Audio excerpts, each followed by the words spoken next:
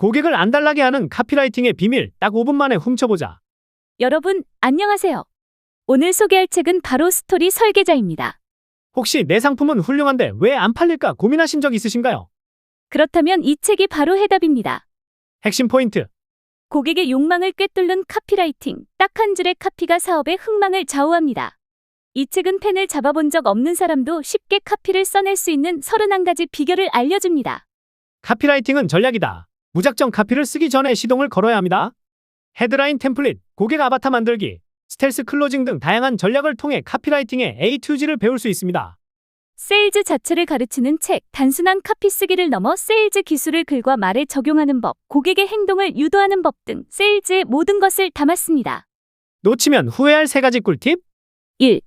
고객은 나에게 관심 없다. 100% 고객 중심으로 생각하세요. 카피에서 나와 우리를 찾아 당신으로 바꿔보세요. 2. 사람들은 기능보다 감정에 끌린다. 기능 나열은 그만. 고객의 감정을 자극해야 합니다.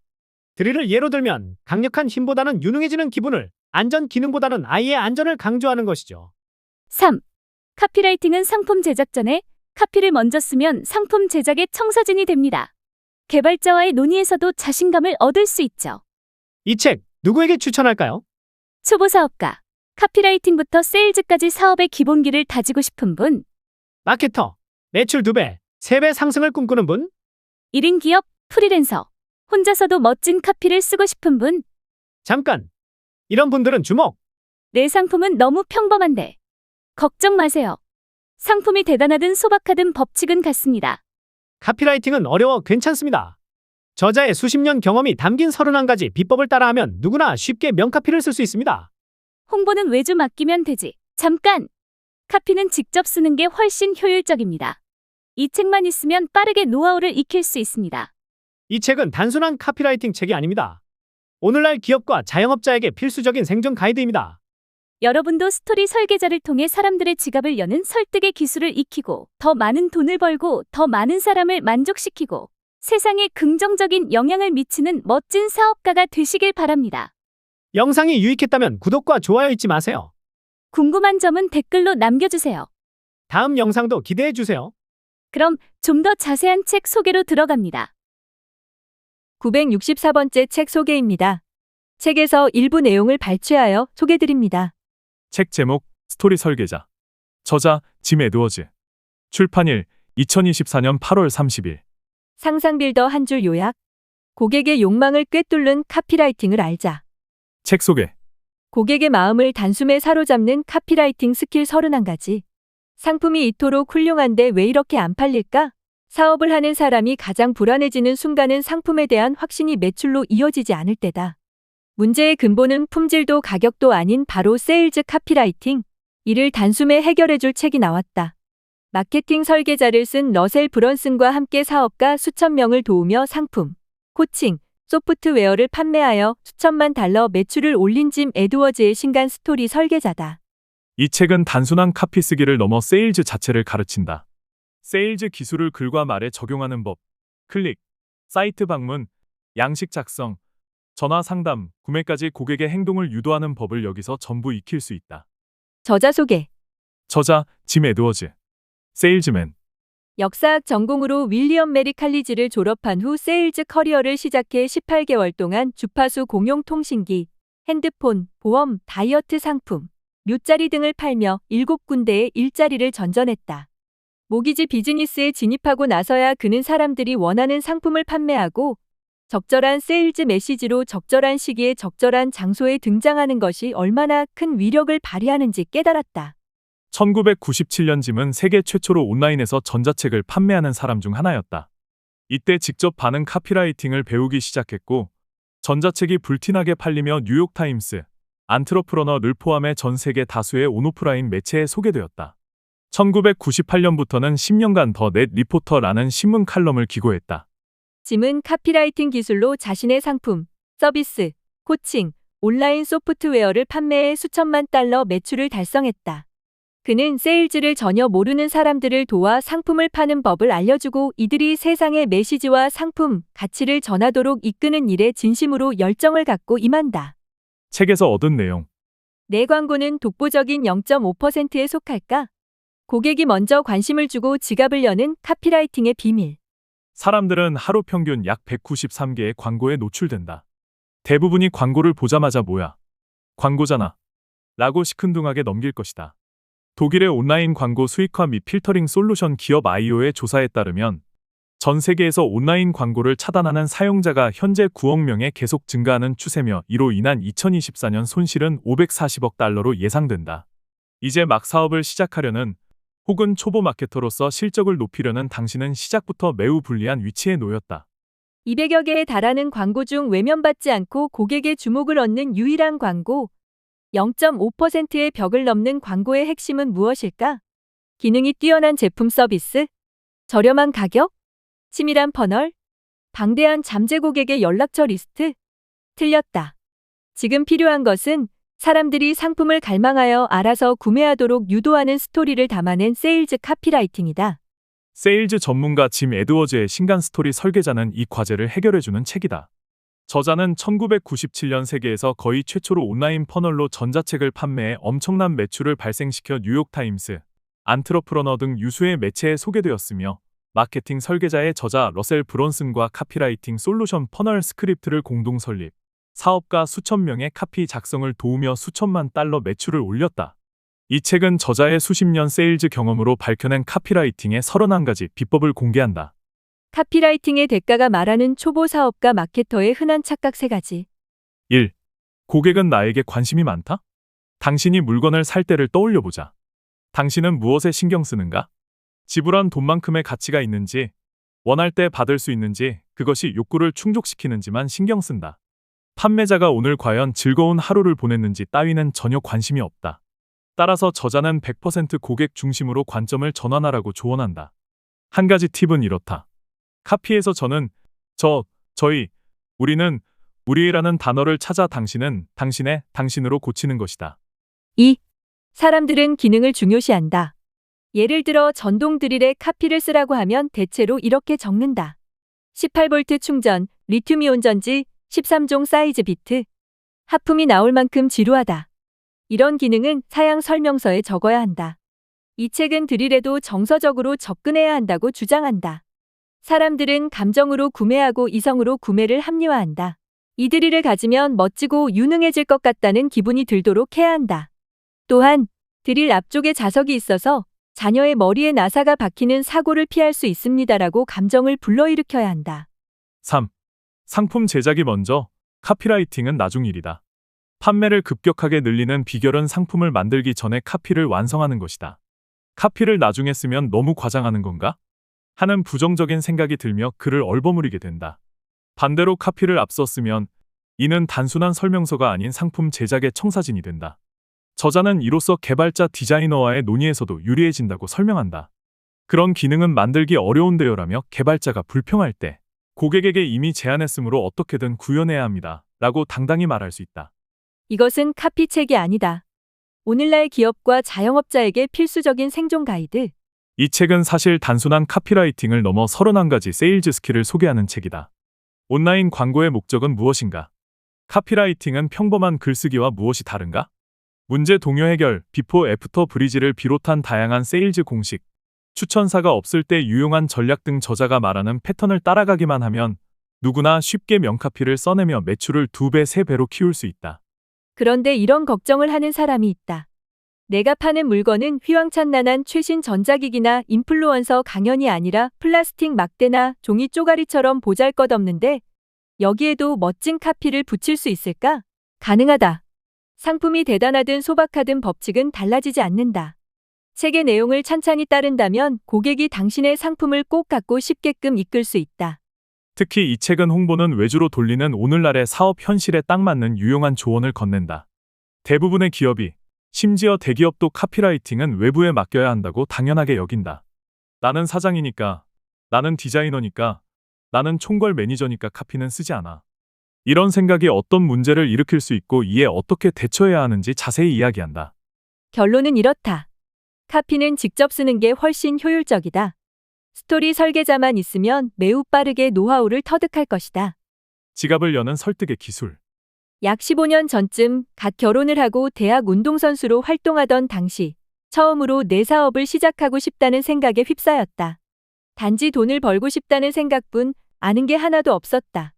사업에 대해 공부하며 성공의 필수적인 일들을 배우기 시작했다.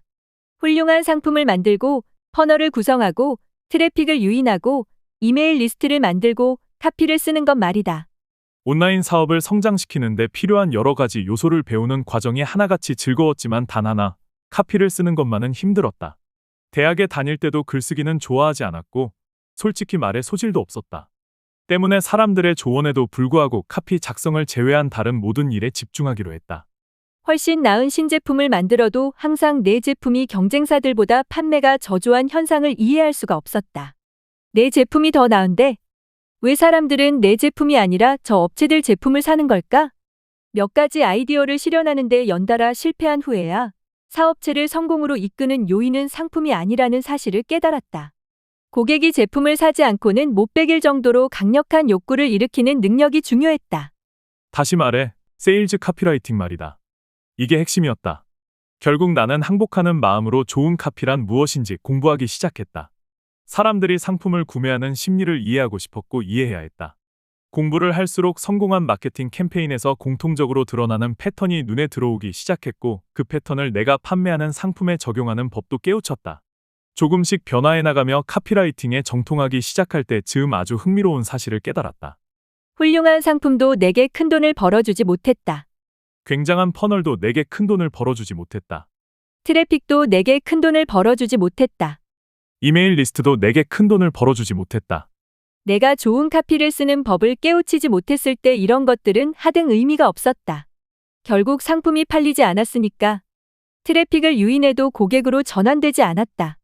내가 만든 퍼널은 사람들이 지갑을 열도록 설득하지 못했다. 내게 큰 돈을 벌어준 것은 카피라이팅이었다. 카피라이팅은 굉장한 증폭제 역할을 한다. 다른 어떤 요소보다도 사업으로 돈을 버는데 큰 영향을 미친다. 몇 년 전, 짐 에드워즈가 모든 기업인에게 무상으로 도움을 주자는 클릭퍼널스의 미션을 접한 것을 계기로 우리는 파트너가 되었다. 그는 내게 전화를 걸어 이렇게 물었다. 당신의 고객 전부를 더욱 성공적으로 만드는 방법을 알고 싶습니까? 어떻게 해야 하느냐고 묻자 그는 이렇게 대답했다. 더 좋은 카피를 쓰도록 해야 합니다. 카피가 나아지면 퍼널로 더 많은 판매를 발생시킬 수 있고 그렇게 되면 이들은 클릭퍼널스와 영원히 함께할 겁니다. 이를 바탕으로 그는 우리 커뮤니티에 퍼널 스크립트라는 굉장히 강력한 도구를 만들었다. 버튼 하나만 누르면 카피를 쓸 수 있는 이 도구로 기업인 수천 명이 도움을 받았다. 그 중에는 카피에 대해 전혀 모르는 사람들도 있었다.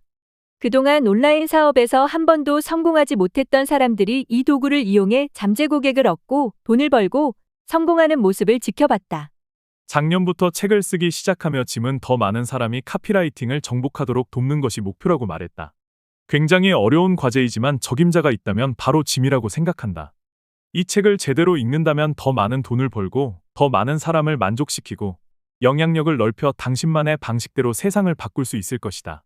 짐보다 많이 카피를 공부하고 다양한 상황과 비즈니스에서 수많은 일을 위해 카피를 연구해온 사람은 거의 없다. 이 책은 앞으로 남은 평생 당신의 삶을 풍요롭게 해줄 스킬을 가르쳐 줄 것이다. 내가 과거에 저질렀던 것과 같은 실수를 답습하지 말고 사람들의 지갑을 열게 하는 글을 종이와 스크린에 표현하는 기술을 하루빨리 익히길 바란다. 자신의 100%를 모두 쏟아부어야 한다. 카피라이팅은 인생에서 당신이 배울 수 있는 가장 귀중한 기술이기 때문이다. 광고 카피는 두 번째로 수익성이 높은 글쓰기 형식이다. 가장 수익성이 높은 건 물론 협박 편지다. 처음부터 세일즈를 다 아는 사람은 없다. 나는 대학을 졸업하고 상품을 팔기 시작했다. 졸업 후 18개월 동안 그만두거나 해고당해서 나온 직장이 7군데였다. 전부 다 기본적으로 커미션을 받고 상품을 파는 곳이었다. 처음에는 보험 영업을 하느라 고생했다. 그 후 클럽 회원 할인권을 팔았다. 핸드폰도 팔았다. 핸드폰의 효시인 주파수 공용 통신기도 팔았다. 다이어트 상품도 팔았다.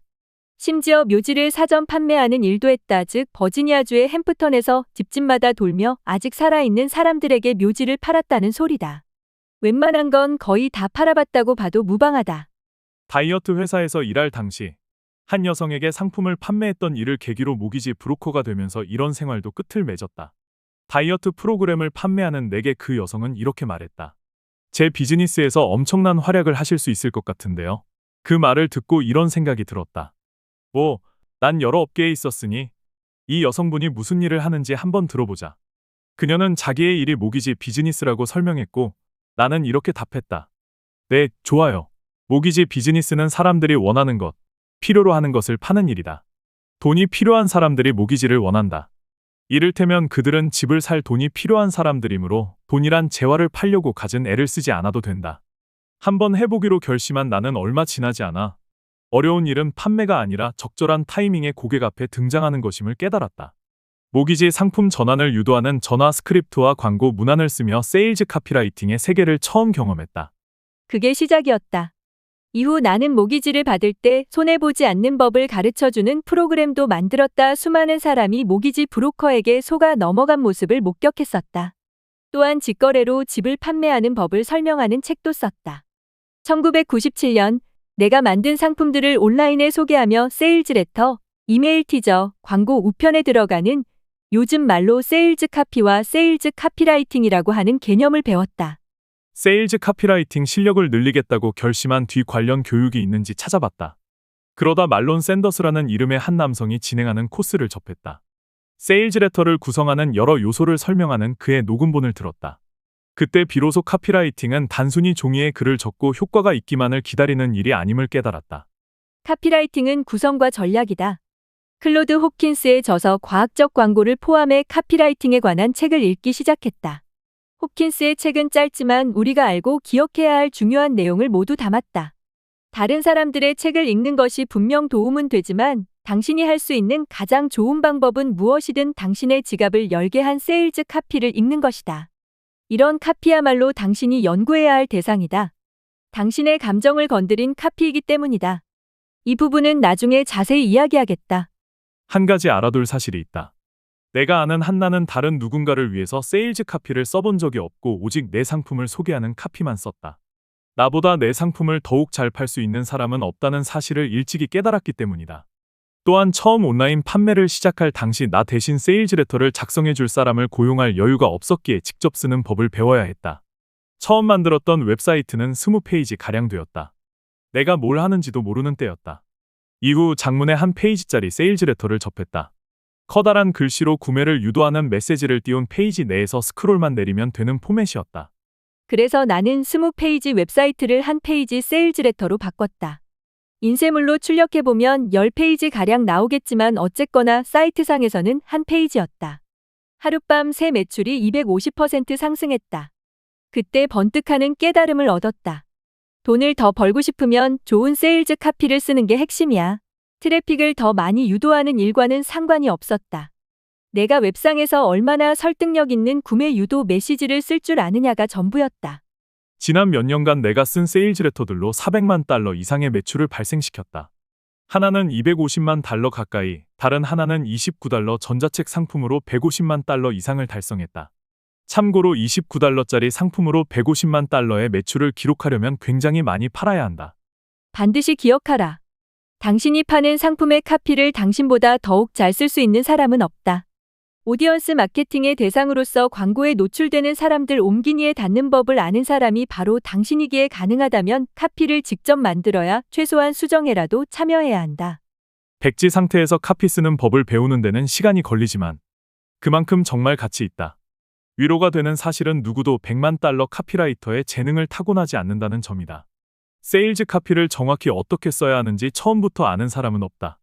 다만 소설가나 논픽션 작가와 달리 세일즈 카피라이터는 특정한 패턴을 배울 수 있다. 입증된 패턴을 활용하고 적용하기만 하면 팔리는 카피가 단시간에 만들어진다. 카피라이팅은 가장 빨리 배울 수 있을 뿐 아니라 가장 수익성 높은 글쓰기다. 사람들의 관심을 어떻게 끌까? 세일즈 메시지처럼 느끼지 않고 읽게 만들려면 어떻게 해야 할까? 그들의 두려움에 대해 이야기해야 한다. 욕망을 건드려야 한다. 그들이 쓰는 언어를 써야 한다. 친구나 신뢰할 수 있는 조언자와 대화를 나눈다는 느낌을 줘야 한다. 사람들의 관심을 사로잡는 효과 좋은 헤드라인 템플릿. 세 번째는 실수를 언급하는 것이다. 사람들은 실수를 저지를까 봐 끔찍이 두려워한다. 학교에서 우리는 실수란 나쁜 것이라고 배운다. 시험에서 실수를 저지르면 나쁜 점수를 받는다. 사람들이 실수라면 왜 그렇게 치를 떠는지 알만하다. 이를 활용해 실수를 명시한 헤드라인으로 사람들의 이목을 사로잡을 수 있다. 오디언스를 이해하는 일은 누구를 포함할지보다 누구를 배제할지 파악하는 것에 가깝다. 나는 약간만 관심을 보이는 사람들 10만 명에게 사지도 않을 상품의 세일즈 카피를 노출하느라 큰돈을 쓰기보다 내가 구체적인 세일즈 메시지를 전달할 수 있는 집약된 1만 명의 사람을 선호한다. 별 5개 리뷰를 쓰는 사람들은 그저 열광적인 팬층일 때가 많고 별 1개 리뷰어는 삶에 불만이 가득한 잘난 척쟁이다. 별 2개, 3개, 4개 리뷰어들은 이건 이래서 좋지만 이렇지 않아서 불만입니다라고 설명을 적음으로 가장 유익하다. 이 사람들의 의견을 참고한다면 세일즈 카피를 쓰는데 도움을 받을 수 있다. 대부분의 고객은 약간의 최면 상태에서 세일즈 레터를 접한다. 당신이 무슨 말을 하는지, 무엇을 보여주는지, 어떤 글이 적혀 있는지 거의 집중하지 못한다. 대부분 X에 뭐 올라온 거 없나 궁금하네. 저녁 메뉴는 뭘로 하지 같은 생각에 빠져 있다. 이때 당신은 충격을 주어 사람들이 하고 있는 일을 멈추고 당신에게 집중하도록 해야 한다. 콘텐츠로 사람들을 갈망하게 만드는 4번째 방법은 무언가를 직접 하는 법 또는 고생스러운 과정을 알려주는 것이다. 그런 뒤 이를 대신 해주는 도구나 간편한 해결책을 판매하면 된다. 삽과 사다리를 가지고 우물을 파는 법을 보여주는 것과 비슷하다.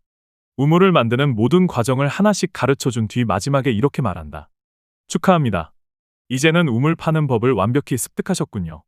괜찮다면 딱 5분 동안만 굴삭기라는 기계에 대해 설명하겠습니다. 어떤 상황에서든 원하는 결과를 얻지 못한 이유가 고객에게 있다고 말해서는 안 된다. 물론 사람들이 살을 빼지 못하는 이유는 3번째 치즈버거를 집어들기 전 식탁에서 일어나야 한다는 생각을 하지 못하기 때문이다. 그렇지만 나는 절대 이를 입 밖으로 내지 않는다. 이렇게 말할 것이다.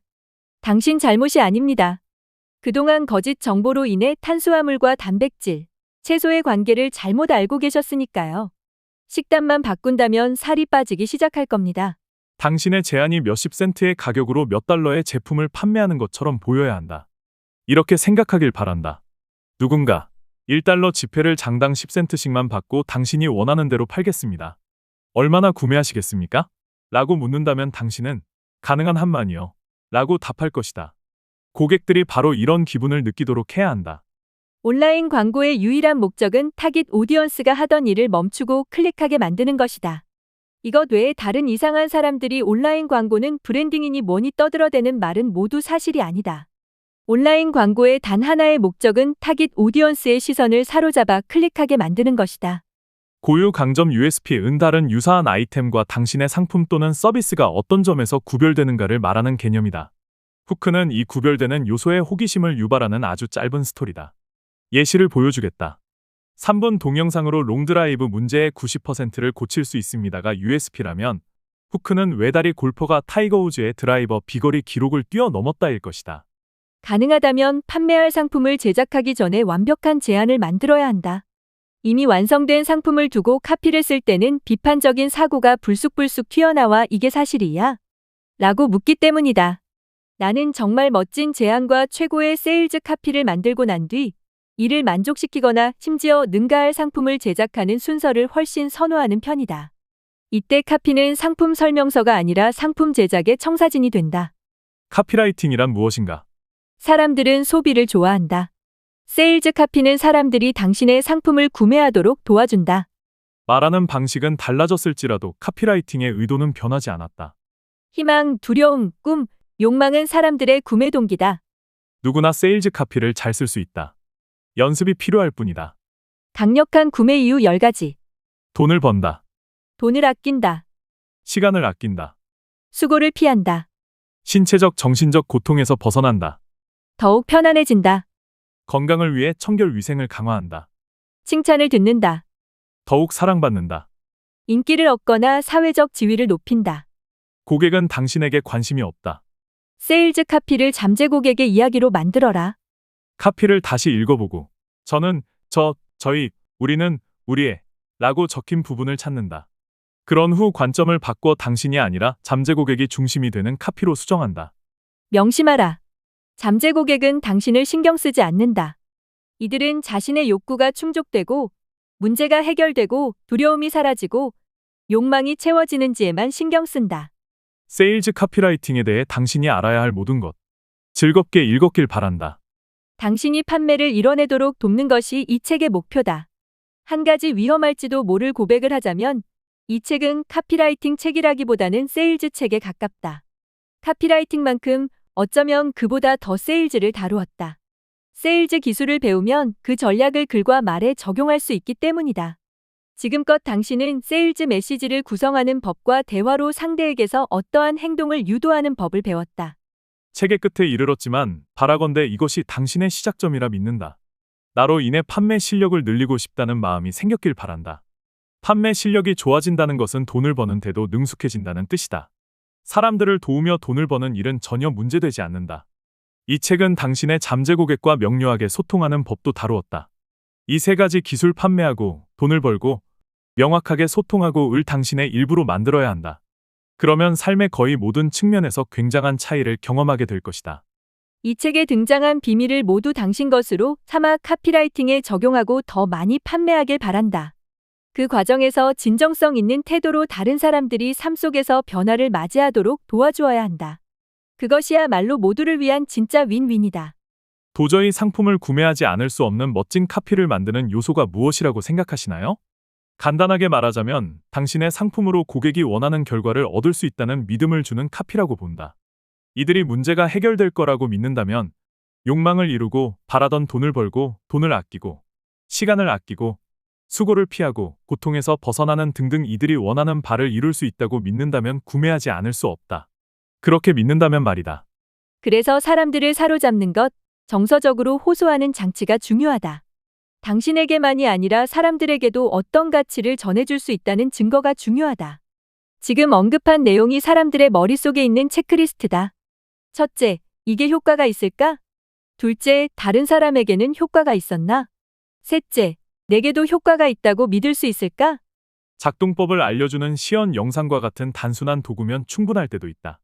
아니면 적합한 사례를 보여주고 올바른 언어로 정보를 전달하고 당신의 주장을 뒷받침할 데이터를 제시하는 등 좀 더 복잡한 방법이 필요할 때도 있다. 대체로 사람들은 머릿속에 있는 체크리스트에 의지한다. 저 결과를 얻을 수 있다고 믿어도 될까? 저 결과를 얻은 사람들이 있을까? 나도 그럴 수 있다고 믿을 수 있을까? 간단하게 답변하자면 이쯤에서 정리할 수 있겠다. 카피에 집중하도록, 카피를 읽도록 만들려면 뭘 해야 할까요? 사람들이 계속 읽어나가도록 사진을 활용한다. 볼드체 블릿으로 텍스트를 분할한다. 문단이 너무 길어선 안 된다. 두세 줄, 아무리 길어도 네 줄을 넘기지 말라. 나는 온라인 카피에서 한 문장을 한 문단으로 쓸 때가 많다. 글의 자연스러운 흐름을 유지한다. 고객 중심으로 쓴다. 즉 고객의 이야기, 욕구, 욕망, 문제에 초점을 맞춰야 한다.